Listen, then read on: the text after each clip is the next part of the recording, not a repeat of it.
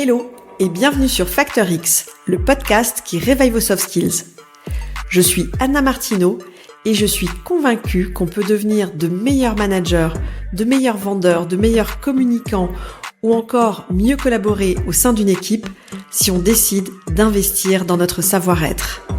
J'ai donné vie à ces convictions en fondant My Learning Store, un organisme de formation spécialisé dans le développement des soft skills en entreprise. Ma vision, c'est d'inspirer un maximum de personnes à développer leurs soft skills parce que je sais que c'est la garantie de l'employabilité, du bien-être et de l'équilibre. Et c'est aussi pour ça que j'ai lancé Factor X, le podcast qui va littéralement réveiller vos soft skills. Ici, je vous livre des pratiques qui marchent pour réveiller votre truc en plus, libérer votre potentiel et devenir une meilleure version de vous-même. Avant de vous laisser découvrir l'épisode du jour, j'ai envie de prendre une minute pour vous parler d'une nouveauté très importante dans mon écosystème. Bien sûr, vous connaissez Factor X. Et si vous m'écoutez depuis un moment ici, vous savez aussi que mon job dans la vie, en fait, c'est My Learning Store, mon organisme de formation spécialisé dans les soft skills en entreprise. Et aujourd'hui, je suis très fière de vous présenter la suite logique de tout ce que j'ai construit depuis des années. My Online Training. My Online Training, c'est la plateforme de formation en ligne dédiée aux soft skills du monde du travail. Pas de blabla, pas de théorie hors sol, mais des modules courts, concrets, actionnables évidemment, pour mieux communiquer, mieux manager, mieux s'organiser et surtout mieux travailler sans s'épuiser. J'ai pensé cette plateforme pour celles et ceux qui veulent progresser à leur rythme avec des outils qu'on peut appliquer tout de suite dès le lendemain, que vous soyez salarié, manager ou entrepreneur. Et parce que vous êtes mes auditeurs et auditrices fidèles de Factor X depuis des années, j'ai voulu vous faire un petit cadeau de lancement. Avec le code promo WELCOME50, vous bénéficiez de 50% de remise sur l'accès à My Online Training. Attention, ce code n'est valable uniquement que jusqu'au 31 janvier. Toutes les infos sont dans la description de l'épisode. Et maintenant, place à l'épisode du jour. Aujourd'hui, on va parler de vos objectifs. Parce que si le mois de janvier, c'est le mois où on voit fleurir les bonnes résolutions, c'est aussi le mois où on les voit s'effondrer juste quelques semaines plus tard. Vous savez, ces fameuses phrases qu'on prononce chaque année. Cette fois, je m'y mets vraiment. Cette année, je t'assure, ça va tout changer. À partir du 1er janvier, je vais devenir quelqu'un d'autre. Et puis, la vie revient, les habitudes reprennent le dessus, le quotidien s'impose à nous, et on se retrouve parfois, même avant fin janvier, à se dire, allez, on verra l'année prochaine. Sauf que non. Pas en 2026, pas cette fois. Aujourd'hui, on va voir comment vous pouvez poser des objectifs qui tiennent, qui vous ressemblent, qui vous donnent de l'énergie au lieu de vous en prendre et surtout des objectifs que vous allez vraiment atteindre. Et pour ça, on va pas parler de résolution justement, on va parler d'intention, d'organisation et de psychologie humaine. Alors bienvenue dans cet épisode spécial Objectif 2026. Si vos résolutions n'ont jamais tenu, je vous rassure tout de suite, ce n'est pas un problème de volonté, c'est juste un problème de système mal posé. On a déjà vu ça dans l'épisode 115 la semaine dernière. Pour ceux qui l'ont pas encore écouté, je vous invite à le faire avant cet épisode. Vos résolutions, elles échouent tout simplement parce qu'elles reposent sur 4 grandes illusions. La première, c'est l'illusion du nouveau départ magique.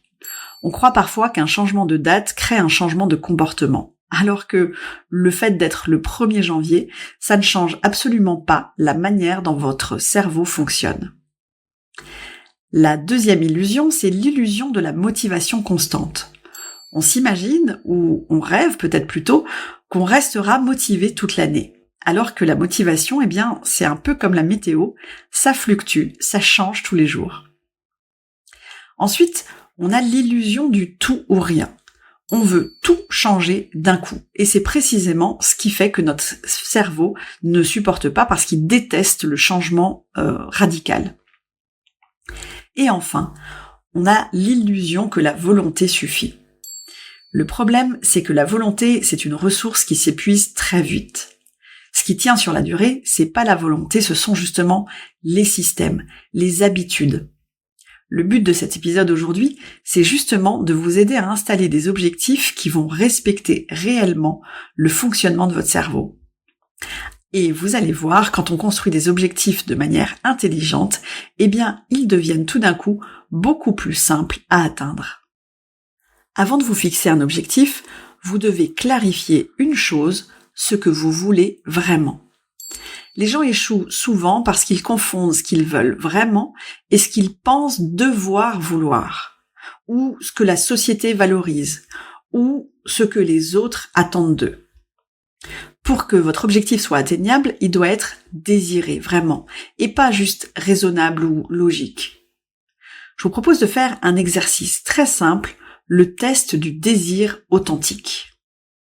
Prenez un objectif que vous envisagez pour 2026 et posez-vous la question. Est-ce que je veux vraiment ça? Ou est-ce que je veux le résultat final sans vouloir le processus? Exemple.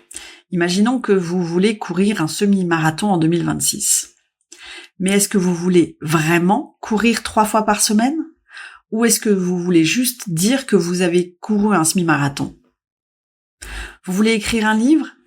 Mais est-ce que vous voulez vraiment écrire régulièrement, tous les jours ou presque? Ou alors, est-ce que vous aimez simplement l'idée d'avoir écrit un livre? Dans la vie, il y a 2 types d'objectifs.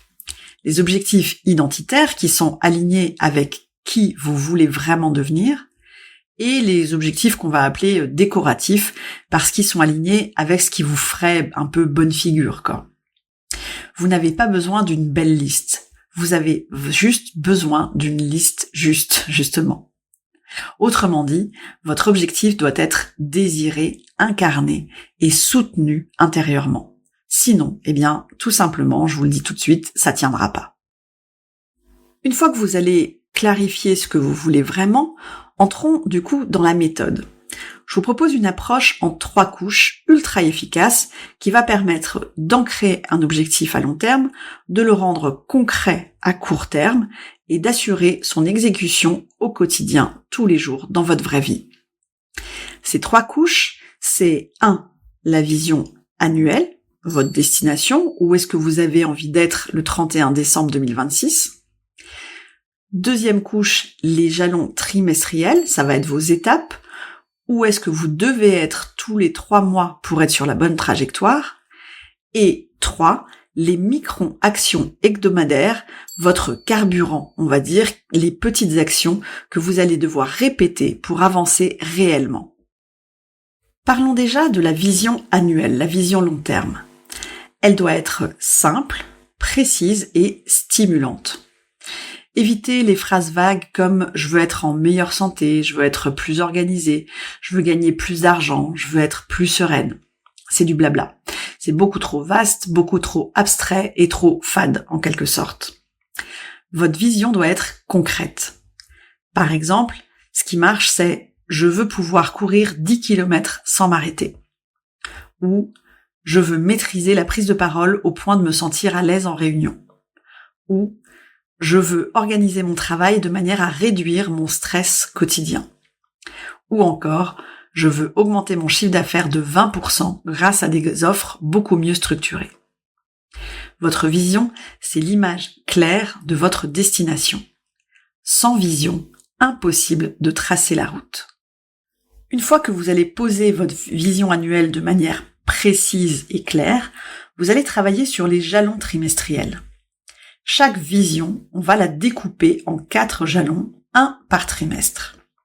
Pourquoi par trimestre? Eh bien, tout simplement parce que 12 semaines, c'est le délai idéal pour rester motivé, rester aussi flexible, pouvoir réajuster s'il faut et avancer sans pression.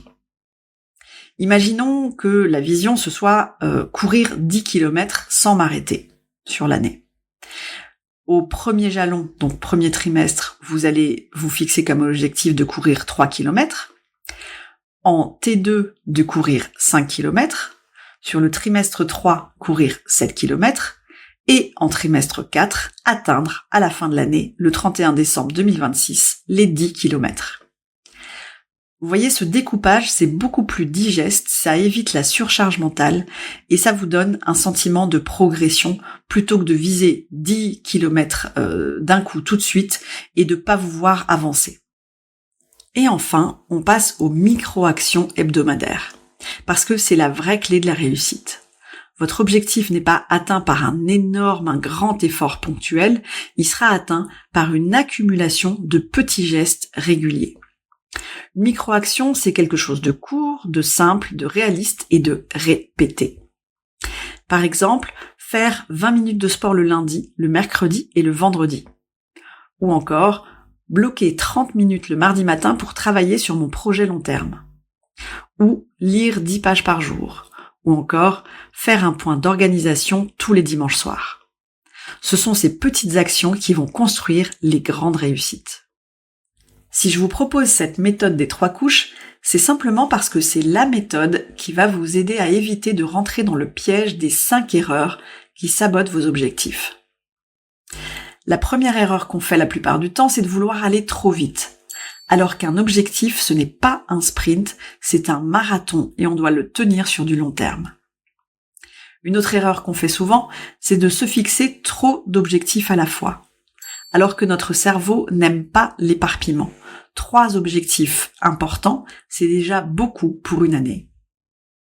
On confond aussi souvent l'effort et le résultat. Rappelez-vous que vous ne contrôlez pas le résultat final, vous contrôlez tout simplement les actions qui y mènent. Donc concentrez-vous sur les actions hebdomadaires. Aussi, une 4e erreur qu'on fait, c'est de ne pas documenter notre progression. Et du coup, on panique parce qu'on se voit pas évoluer. Sans suivi, on perd la direction, donc documentez votre progression. Et enfin, on veut souvent être régulier sans avoir de structure et ça ne fonctionne pas. La régularité n'apparaît pas par magie, elle se crée. Donc mettez en place ce système, mettez en place cette méthode des 3 couches, je vous assure, ça va vraiment beaucoup vous aider. Toutes les études faites sur le sujet sont très claires. On réussit non pas grâce à notre volonté, on réussit tout simplement grâce à notre environnement. Donc voilà 3 leviers hyper puissants pour que vos objectifs 2026 fonctionnent. La première chose à faire, c'est de rendre l'action facile. Ce qui est simple se répète facilement, alors que ce qui est compliqué, on l'abandonne.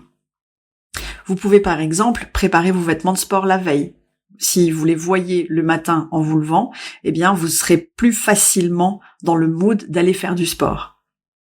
Vous pouvez écrire dans un cahier toujours posé au même endroit. Le fait de le voir toujours à cet endroit-là, ça va stimuler et ça va vous faciliter les choses pour écrire votre livre. Vous pouvez aussi, bien sûr, désactiver les notifications, par exemple, ou simplifier vos routines si vous voulez être mieux organisé.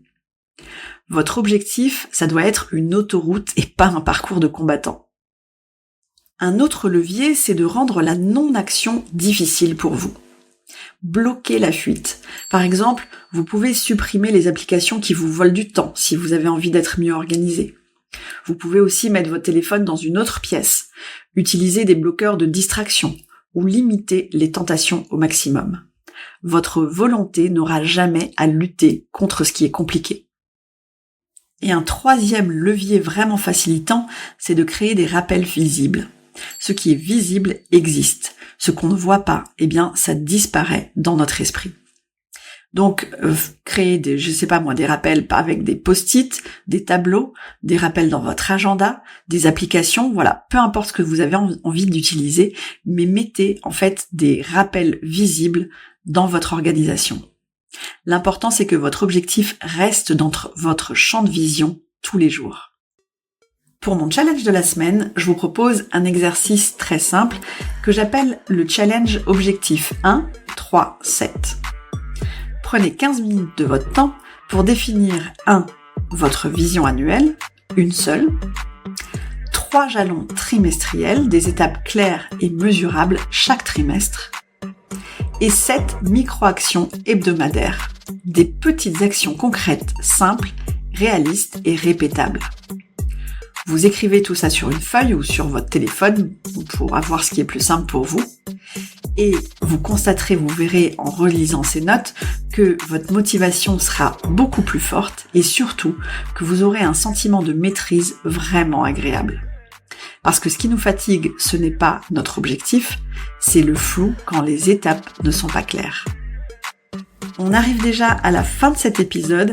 Si vous l'avez trouvé utile, comme d'habitude, partagez-le autour de vous. Je suis sûre qu'il y a plein d'amis qui peuvent en avoir besoin. Et si vous avez envie de faire un petit geste sympa pour moi aujourd'hui, laissez-moi un avis 5 étoiles et surtout, s'il vous plaît, un commentaire sympa. Si vous m'écoutez sur Apple Podcast, vous n'imaginez pas à quel point ça m'aide. J'en profite aussi pour vous redonner le code promo WELCOME50, donc WELCOME50, pour bénéficier de 50% de remise sur l'accès à My Online Training uniquement jusqu'au 31 janvier. Toutes les infos pour en profiter sont dans la description de l'épisode ici. Quant à moi, il ne me reste plus qu'à vous donner rendez-vous la semaine prochaine pour d'autres pratiques actionnables dans votre quotidien. Ciao ciao!